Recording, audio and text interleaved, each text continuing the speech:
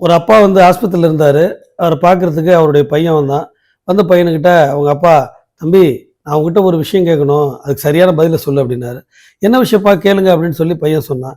"ஒண்ணும் இல்லப்பா, நீ 9த் படிக்கும்போது நீ கணக்கு பரீட்சையில 80 மார்க் வாங்கிட்டதா சொல்லி உன்னோட ஆன்சர் ஷீட்ட கொண்டு வந்து காமிச்ச. அப்ப நான் உன் மேல சந்தேகப்பட்டு, 'டேய் தம்பி, நீ இதில சைஃபர சேர்த்த தானே?' அப்படின்னு உன்கிட்ட கேட்டேன். ஆனா நீ அத இல்லன்னு சொல்லி மறுத்துட்ட. இப்பயாவது உண்மைய சொல்லுப்பா. நீ அதில சைஃபர சேர்த்த தானே?" அப்படின்னாரு. உடனே பையன் சொன்னான், "அப்பா, ஏன்ப்பா 30 வருஷத்துக்கு முன்னாடி ஆனதெல்லாம் இப்ப கேட்டுக்கிட்டு இருக்கீங்க?" அப்படின்னு சொன்னான். "இல்லப்பா, அது எனக்கு ஒரே உறுத்தலா இருக்கு. நீ உண்மைய சொல்லுப்பா. நான் உன்ட்ட பல தடவ திட்டியும் கேட்டு பார்த்துட்டேன், அடிச்சும் கேட்டு பார்த்துட்டேன். நீ உண்மைய சொல்லவே மாட்டேங்கிறியே. சைஃபர நீ சேர்த்த தானே?" அப்படின்னாரு. "அப்பா, இல்லவே இல்லப்பா" அப்படின்னு சொல்லி அப்பவும் பையன் மறுத்தான். உடனே அப்பா சொன்னாரு, "டேய், நீ 80 மார்க் வாங்குறதுக்கெல்லாம் ஸ்டேட்டஸ் இல்லாதவன் தானடா உன்கிட்ட கேட்கிறேன். இப்பயாவது உண்மைய சொல்றா" அப்படின்னாரு. உடனே பையன் சிரிச்சுக்கிட்டே, "அப்பா, நீங்க நெனச்சதும் சரிதான். நான் சொன்னதும் சரிதான்" அப்படின்னான். உடனே அப்பாவுக்கு ஒரே ஷாக்கு. "என்னப்பா சொல்ற? நான் நெனச்சதும் சரி, நீ சொன்னதும் சரியா?"